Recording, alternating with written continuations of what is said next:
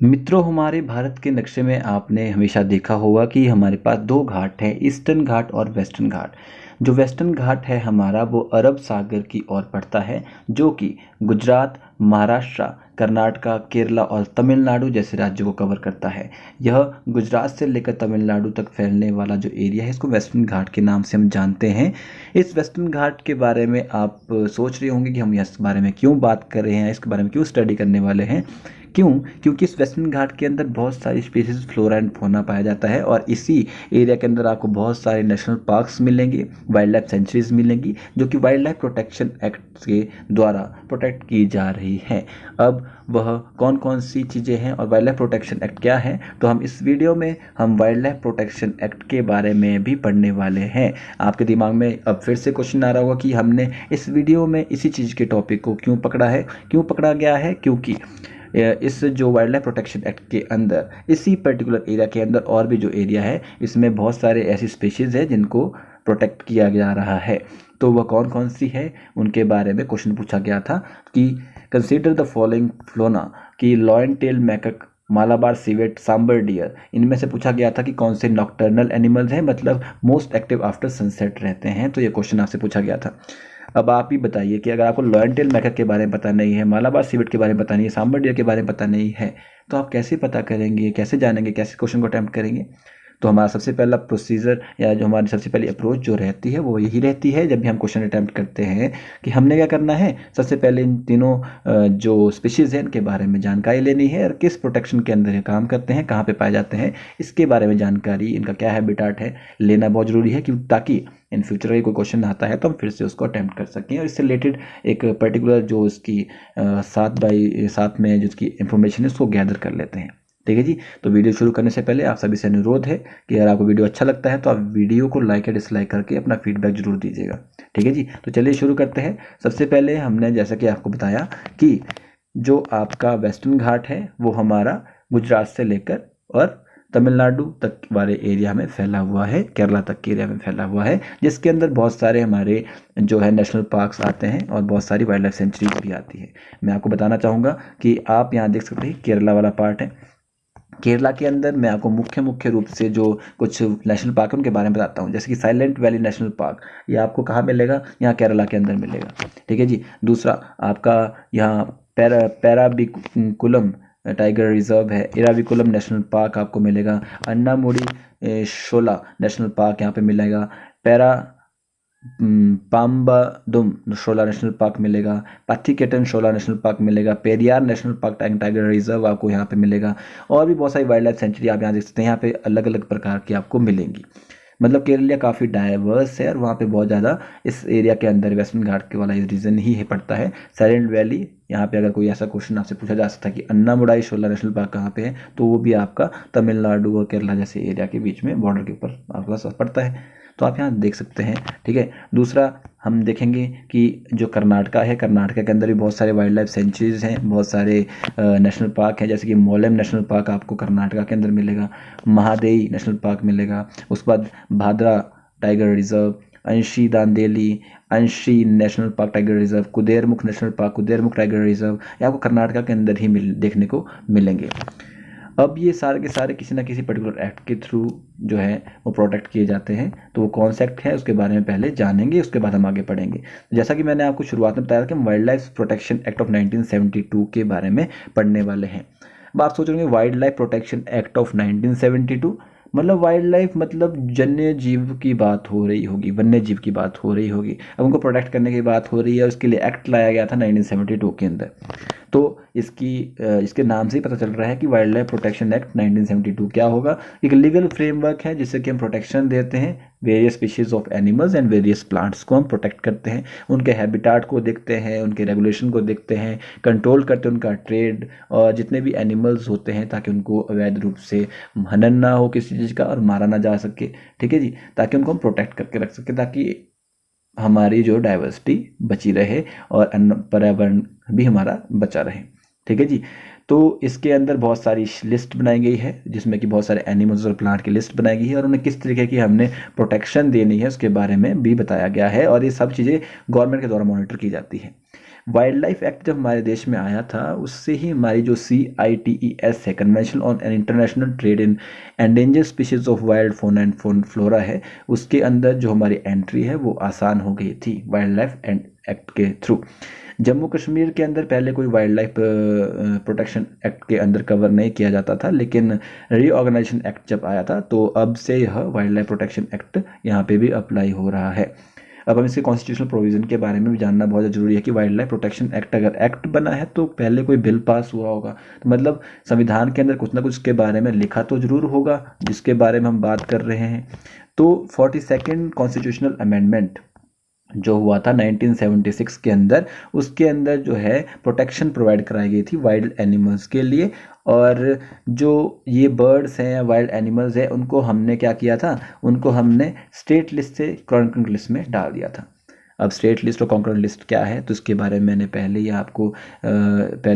मैं आपको बता चुका हूँ। पिछली वीडियो आप जाके देखते हैं कि 3 टाइप की लिस्ट होती है, यूनियन, स्टेट और कॉन्करेंट लिस्ट, और एक रेजिड्यूरी भी होती है। ठीक है जी, इसमें क्या आता है क्या नहीं आता, कौन कौन से टॉपिक्स या डिटेल्स के अंदर होती है वो आप पिछले जाके वीडियो में देख सकते हैं। तो आर्टिकल 51AG ऐड किया गया था, तो इसमें एक फंडामेंटल ड्यूटी बनाई गई थी हमारी कि हर सिटीजन का एक ड्यूटी है कि वो प्रोटेक्ट करे, इम्प्रूव करे नेचुरल एनवायरनमेंट को, उसमें रहने वाले वन्य जीव को भी। आर्टिकल 48A जो है DPSP से रिलेटेड है, जिसमें कि वो मैंडेट करता है कि स्टेट को to endeavour to protect and improve the environment to safeguard of that wildlife. ठीक है जी। अब इसके अंदर और क्या आता है तो हम देखेंगे कि कौन कौन से शेड्यूल आपके आते हैं, कौन कौन सी अनुसूचियाँ जो है इस एक्ट के अंदर आती है। इस एक्ट के अंदर आपको 6 अनुसूचियाँ मेन रूप से मिलेगी। ठीक है जी, इन 6 अनुसूचियों में क्या क्या चीज़ें हैं उसके बारे में देखते हैं। सबसे पहली है जो शेड्यूल 1 है, उसके अंदर लिखा गया कि सबसे ज़्यादा खतरा है, जिसको रिगरस प्रोटेक्शन चाहिए, वो सारे शेड्यूल 1 के अंदर आते हैं, जैसे कि black buck, snow leopard, Himalayan bear, Asiatic cheetah, इनको आपको रिगरस प्रोटेक्शन चाहिए। तो शेड्यूल 1 में इनको डाल दिया कि सबसे पहली प्रायोरिटी इनको मिलेगी। दूसरा शेड्यूल 2 डाल दिया जाएगा कि अकॉर्डिंग हाई प्रोटेक्शन को चाहिए, lower age compare to schedule 1। तो इसके अंदर कौन कौन से जैसे Assamese macaque, Himalayan black bear, Indian cobra, ये सारे शेड्यूल 2 के अंदर आते हैं। शेड्यूल 3 और 4 के अंदर वो आते हैं जिनके अंदर थोड़ी मतलब कुछ कम, इतनी ज़्यादा एंडेंजर्ड नहीं है, वो शेड्यूल 3 के अंदर आते थे, जैसे कि इंक्लूड चितल मतलब स्पॉटेड डियर है, भराल मतलब ब्लू शीप, हाइना, सांबर डियर। ठीक है, ये सारे किस में आते थे, शेड्यूल 3 और 4 के अंदर आते थे। 3 के अंदर आते हैं सांबर डियर वगैरह, 4 के अंदर flamingo, hares, falcons, kingfishers, magpie, horseshoe, crabs et cetera et cetera. Schedule 5 के अंदर आते हैं आपके वर्मिन्स मतलब एनिमल्स जो कि डिजीज़ जो कैरी करते हैं और डिस्ट्रॉय करते हैं प्लांट एंड फूड्स को, तो ऐसे एनिमल्स को हम क्या रखते हैं, शेड्यूल 5 के अंदर रखते हैं। इनका शिकार करने का अधिकार भी है। ठीक है जी, इसमें 4 स्पीसीज होती है mainly, a common crows, fruit bats, rats और माइस, ये सारे इसके अंदर आते हैं। शेड्यूल 6 के अंदर रखा गया था regulation of the cultivation of a specific plant की रेगुलेशन की जाएगी और रिस्ट्रिक्ट किया जाएगा कि उनके सेल और ट्रांसपोर्टेशन मतलब कि प्लांट से रिलेटेड है। जैसे इसमें बैडोमन्स साइसेड, ये नेटिव टू इंडिया है, ब्लू वैंड एट्सेट्रा ऐसे जो हमारे जो फ्लोराज है उनको इसके अंदर कंसिडर किया गया था। ठीक है जी, अब चलते थोड़ा आगे, तो अब देखेंगे कि कौन सी बॉडी जो इस एक्ट के अंदर बनाई गई थी। अब हम इसके बारे में जिन डिटेल में क्यों पढ़ रहे हैं, क्योंकि कहीं भी क्वेश्चन कोई पूछा जा सकता है कि national board of wild life ये कौन से एक्ट के अंदर आता है, कौन से एक्ट की बॉडी है। State board for wild life, ठीक है, या सेंट्रल जू अथॉरिटी जो जू के बारे में देखती है, सारा कार्यभार संभालती है, कौन से उसके अंदर आता है। NTCA किस एक्ट के थ्रू बनाया गया था, तो 2005 के अंदर कॉन्स्टिट्यूट किया गया था ये, ताकि हम टाइगर रिजर्व्स बनाएंगे, टाइगर को कंजर्व करेंगे। NTCA national tiger conservation policy या अथॉरिटी सॉरी, तो इसका फुल फॉर्म है। Wild life crime control bureau भी इसके अंदर ही आता है। ठीक है जी, कि मतलब कैसे कैसे हमने जंगल में शिकार होने से बचाना है, क्या चीज़ है क्या चीज़ नहीं है। कौन कौन से प्रोटेक्टेड एरिया जो उसके अंदर आते हैं, तो 5 टाइप ऑफ प्रोटेक्टेड एरियाज के अंदर आते हैं। सेंचुरीज आती है, नेशनल पार्क्स आते हैं, कंजर्वेशन रिजर्व्स आते हैं, कम्युनिटी रिजर्व्स आता है और टाइगर रिजर्व्स इसके अंदर ही आते हैं, जो कि wild life protection act 1972 cover करता है।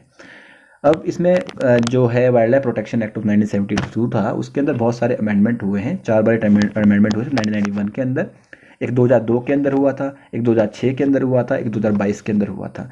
1991 के अंदर जो इसके अंदर अमेंडमेंट किया गया था, इसमें जो है पेनल्टीज़ को बढ़ा दिया गया अगर वहाँ पे कोई हंटिंग वगैरह ऐसा कोई चीज़ होती है, फिर ताकि वहाँ के एरिया को हम स्ट्रेंथन कर सके।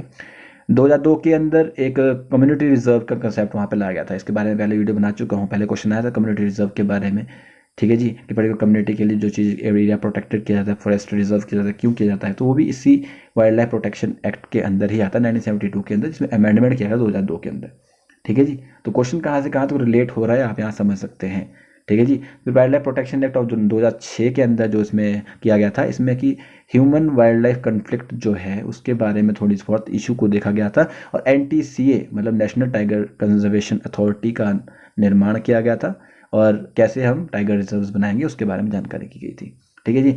जो अमेंडमेंट हुआ था 2022 के अंदर इसी एक्ट के अंदर, तो इसके अंदर क्या था कि इसमें इंक्रीज़ की थी नंबर ऑफ स्पीसीज़ जो कि CITES के अंदर आती है, उसके लॉ के अंदर आती है, और अब हमने जो 6 शेड्यूल थे उनमें से घटा के हमने केवल 4 शेड्यूल रख दिए, ठीक है जी। 4 शेड्यूल में कौन कौन से आते हैं? शेड्यूल 1 में आता है कि जिनको हमने हाईएस्ट लेवल ऑफ प्रोटेक्शन देना है, वैसे एनिमल्स एंड स्पीशीज़, ठीक है जी। दूसरा आता था वो जिसमें कि कम लेसर डिग्री ऑफ प्रोटेक्शन देना है। तीसरे में प्रोटेक्टेड प्लांट स्पीशीज़ कौन कौन सी है। चौथे में जो स्पेसिमिन आते हैं CITES के अंदर उसके बारे में जानकारी थी, ठीक है जी। अब जो इसी एक्ट के थ्रू जो एलिफेंट को हम रिलीजियस और एनी पर्पज़ के लिए जब यूज़ करते थे उसको भी बैन किया गया था। इनिशिएटिव क्या क्या लिए गए थे वाइल्ड लाइफ प्रोटेक्शन एक्ट के अंदर 1972 के अंदर, उसको भी देख लेते हैं कि प्रोजेक्ट टाइगर कंजर्वेशन 1973 के अंदर लॉन्च किया गया था, ministry of environment forest and climate change के अंदर आता है। प्रोजेक्ट एलिफेंट हमारा 1992 के अंदर आया था। अब डिटेल में इसलिए पढ़ रहे हैं बिकॉज यहाँ से क्वेश्चन आपका जरूर बनने वाला कि प्रोजेक्ट टाइगर कंजर्वेशन कब लॉन्च हुआ था, कौन से मिनिस्ट्री के अंदर आता है, कौन से एक्ट के थ्रू बनाया गया था, तो यह क्वेश्चन आपके क्लियर हो रहे हैं। तो 88 कॉरिडोर्स बनाए थे प्रोजेक्ट एलिफेंट के अंदर, ठीक है जी। फिर वाइल्ड लाइफ कॉरिडोर भी बनाए गए थे जिसमें कि हम कनेक्ट करेंगे एक पर्टिकुलर प्रोटेक्टेड एरिया को आपस में, ताकि वहाँ पे एनिमल्स की मूवमेंट जो है बिना किसी ह्यूमन इंटरफेरेंस के हो, तो ये चीज़ें बनाई गई थी, ठीक है जी। इंडिया की पहली urban wild life corridor recently देखी गई थी न्यू दिल्ली एंड हरियाणा के बीच में, और ये असोला भट्टी वाइल्ड लाइफ सेंचुरी के नाम से के आसपास मिलती है। यहाँ पर हम लेपर्ड्स और अदर एनिमल्स को प्रोटेक्ट करते हैं, ठीक है जी। तो होप को आपको वाइल्ड लाइफ प्रोटेक्शन एक्ट के बारे में पता लगा और हमने बहुत ज़्यादा जानकारी ली। अब हम देखते हैं कि जो हमने जानवर देखे थे या जिनके बारे में पूछा गया था उनके बारे में भी ले लेते हैं पता, क्योंकि हमने अभी केरला के नेशनल पार्क भी देखे, कर्नाटका के नेशनल पार्क भी देखे। तो अब देखते हैं कि वह लॉयन टेल मैकक की जो हम बात करें तो इस टाइप का दिखने वाला एक स्पीशीज़ है, ये इस टाइप का दिखने वाला प्राणी है, ठीक है जी। तो मेनली जो ये पाया जाता है कर्नाटका, केरला, तमिलनाडु वाले एरिया में पाया जाता है। वेस्टर्न घाट के बारे में इसलिए मैंने शुरुआत में आपको बताया था, ठीक है जी, और एंडेमिक है, ठीक है जी। ये जो है एक इसी एरिया ऑफ ऑक्यूपेंसी थोड़ा स्मॉल है, मतलब फ्रेगमेंटेड एरिया के अंदर ही रहता है ये, ठीक है जी। और ये मेनली ट्रॉपिकल एवरग्रीन फॉरेस्ट को बहुत ज़्यादा लाइक करता है मेनली, और बाकी मानसून फॉरेस्ट के अंदर भी आपको मिल ही जाएगा, ठीक है जी। ये कुदेरमुख नेशनल पार्क जो कर्नाटका में अभी मैंने आपको बताया थोड़ी देर पहले, वहाँ पे यह पाया जाता है। पेरियार नेशनल पार्क केरला के अंदर जो मैंने आपको बताया था वहाँ पाया जाता है। साइलेंट वैली नेशनल पार्क भी जो मैं केरला के अंदर भी बता रहा था, वहाँ पे इसको प्रोटेक्ट किया जा रहा है स्पीशीज़ को, ठीक है जी। फिर थ्रेट्स क्या है कि इनके हैबिटाट को लॉस हो रहा है, कैसे कि डिफॉरेस्टेशन बढ़ रहा है, एग्रीकल्चर बढ़ रहा है, तो इनके खाने के फ्रूट्स वगैरह कम हो रहे हैं या जो भी कुछ खाते हैं ये, तो उनकी स्कैरसिटी जब होती है तो अब आपको खाना नहीं मिलेगा तो आपको तो पक ही जाएंगे ना। तो इस तरीके से इन स्पीशीज़ को भी ऐसा ही हो रहा है, जब इनका खाना पीना कम, इनके रहने का एरिया कम हो रहा है तो इनको स्कैरसिटी के लिए थ्रेट तो ज़रूर है। और ऊपर से हम जैसे चाय वाले इन एक्जॉटिक प्लांटेशन है, कॉफ़ी वगैरह, इनके लिए सो सही नहीं है, या हंटिंग ज़्यादा बढ़ जाती है, पेट ट्रेड कर लेते हैं तो उसके से भी उनको थ्रेट होता है। IUCN की रेड लिस्ट के बारे में जिसमें मैंने पहले बता चुका हूँ आपको पिछली वीडियो में मेरे ख्याल से, तो उसमें एंडेंजर्ड में इसको रखा गया है रेड लिस्ट जो IUCN की है, ठीक है। और CITES के बारे में जो थोड़ी देर पहले आपको बता रहा था मैं, उसमें अपेंडिक्स 1 के अंदर इसको रखा गया है। और वाइल्ड लाइफ प्रोटेक्शन एक्ट के बारे में जिसमें हम पढ़ रहे थे शेड्यूल 1 के अंदर इसको रखा गया था, मतलब हाईएस्ट लेवल रिगरस प्रोटेक्शन इसको दी जा रही है, ठीक है जी। चलिए आगे बढ़ते हैं। फिर मैंने आपको वो भी बताया था कि जो साइलेंट वैली नेशनल पार्क कहाँ पे है। साइलेंट वैली नेशनल पार्क आपको देखने को मिलेगा कि केरला के अंदर है।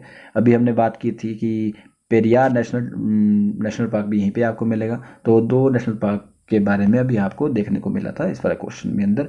फिर अभी हमने कुद्रेमुख नेशनल पार्क के बारे में भी देखा, तो यहाँ पे कुद्रेमुख नेशनल पार्क आपको देखने को मिल जाएगा, जो अभी डिस्कस किया गया था थोड़ी देर पहले।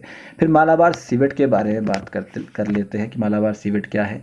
मालाबार सीवेट इस टाइप की एक स्पीशीज़ है, ठीक है जी। एक नॉक्टर्नल एनिमल है, जो आपका अभी हमने थोड़ी देर पहले पढ़ा था, ये जो लॉयन टेल मैकक है, तो एक नॉक्टर्नल एनिमल नहीं है, ये दिन में ही मेनली चलता है, ठीक है। इट्स अ डियूर्नल एब्रियो, ठीक है जी। तो यह दिन में मेनली कार्य ज़्यादा एक्टिव रहने वाला जो है प्राणी है। तो जो परंतु जो ये है, ये जो मालाबार सिवेट है, ये थोड़ा सा नॉक्टर्नल और एल्यूसिव एनिमल है, ठीक है जी। और ये वेस्टर्न घाट एरिया में ही पड़ता है, जिसके बारे में बात कर चुके हैं। IUCN की रेड लिस्ट के अंदर क्रिटिकल एंडेंजर्ड के अंदर है, मतलब इसको बहुत ज़्यादा प्रोटेक्शन की जरूरत है। Wild life protection act schedule 1 के अंदर ही आएगा, क्योंकि रिगरस प्रोटेक्शन दी जानी चाहिए। CITES के अंदर अपेंडिक्स 3 के अंदर इसको रखा गया है। इसका भी यही है थ्रेट कि इसका जो हैबिटाट है उसका डिस्ट्रक्शन या हंटिंग हो रही है, इस वजह से बढ़ता है। केरला के अंदर इसको हम कन्नन चंडू और माले मेरू के नाम से भी जानते हैं। वेरू को इसको मलयालम में कहते हैं। बाकी मंगाला कुत्री, बाल कुत्री या फिर दोदा पुनुगिना के नाम से इसको कर्नाटक के अंदर जाना जाता है, ठीक है जी। अब मैंने आपको वेस्टर्न घाट के बारे में पहले बता चुका हूँ। अब हम पढ़ लेते हैं सांबर डियर के बारे में। मेनली बहुत सारे लोगों ने इनके बारे में सुना ही होगा, सांबर डियर के बारे में। तो एक बहुत ही प्यारी स्पीशीज़ है, जो कि हम रूसा यूनिकलर के नाम से इसको जाना जाता है, सांबर, ठीक है। इसका मतलब होता है लार्ज डियर है, डियर मतलब हिरन समझते हैं। नेटिव टू इंडियन सब कॉन्टिनेंट और साउथ ईस्ट एशिया के अंदर आपको मिलेगा मेनली है। ये भी एक डस्क और नाइट में ही मेनली नॉक्टर्नल एनिमल ही है यह भी, ठीक है जी। ये dry Decis forest, rain forest और मिक्स फॉरेस्ट सब के अंदर रहता है, ठीक है जी। ये आपको इसके इकोसिस्टम बहुत मेनली बहुत अच्छा रोल प्ले करता है। क्यों? क्योंकि यह हेल्प करता है by dispersing seed throughout their native range, okay जी। तो इसका डिस्ट्रीब्यूशन आपको फुटबिल ऑफ हिमालयाज़ के एरिया के अंदर मिलेगा। आपको ताइवान, सुमात्रा, बोर्नियो जैसे आइलैंड जो आपको है, वहाँ पे आपको मेनली इसका डिस्ट्रीब्यूशन वहाँ तक भी मिल जाएंगे आपको। थ्रेट यही है कि हैबिटाट एनक्रोचमेंट, क्योंकि इंसान है, इंसानों को ही रहने का हक है अर्थ के ऊपर, ऐसा समझते हैं इंसान, तो इसलिए एनक्रोचमेंट ज़्यादा बढ़ जाती है, तो इनका एरिया जो है वो कम हो जाता है इस वजह से। और ज़्यादा, और कई लोग इनको खाने के लिए भी इस्तेमाल कर लेते हैं या फिर इसका ट्रेड करते हैं, तो उस वजह से भी। क्योंकि एक नॉक्टर्नल एलिमेंट है, ठीक है, नॉक्टर्नल एनिमल है, तो रात को बाहर निकलने वाला है, तो शिकारी भी रात को ही बाहर निकलते हैं, ज़्यादा हंटिंग इनकी ही हो जाती है, सामने टपक पड़ते हैं। क्योंकि अब गलती तो हंटिंग की है ना, इंसान की है, इनकी क्या गलती है? ये तो इनको नेचर से मिला हुआ है, ठीक है। तो मेनली तो इंसान की जो लालच होता है उसी के अंदर ये प्यारे प्यारे से जानवर भी आ जाते हैं। तो IUCN के अंदर इनको वल्नरेबल के अंदर रखा गया है और शेड्यूल 3 के अंदर इनको प्रोटेक्ट किया गया है wild life protection act of 1972 के अंदर। तो होप्स आपको वीडियो समझ आई होगी। तो अब हमने बहुत सारी जानकारी एकत्रित कर ली है, तो अब जानकारी एकत्रित करने के बाद हम क्वेश्चन को अटेम्प्ट करेंगे। क्वेश्चन था आपके सामने कि कंसिडर द फॉलोइंग फोना, कि कौन कौन से नॉक्टर्नल एनिमल है या मोस्ट एक्टिव आफ्टर सनसेट रहते हैं, कौन कौन से हैं। लॉयन टेल मैकक, जैसे कि मैंने बताया दिन में एक्टिव रहता है, तो नहीं है। मालाबार सीवेट रहता है जी, मालाबार सांबर डियर भी नाइट में ही रहता है, तो ओनली 2 एनिमल्स इसमें से ऐसे हैं, फोना ऐसे हैं जो कि रात को ज़्यादा एक्टिव रहते हैं। हिंदी में देखो प्राणी जात पर विचार करना है कि आमतौर पर जो सूर्यास्त या रात्रिचर जिनको कहा जाता है कौन कौन से है। सिंह, पूछी, मकाक नहीं है भैया, मालाबार सीवेट है और सांबर हिरण भी है, तो केवल 2 आपका आंसर हो जाएगा। इस तरीके से हमने क्वेश्चन अटेम्प्ट कर लिया है।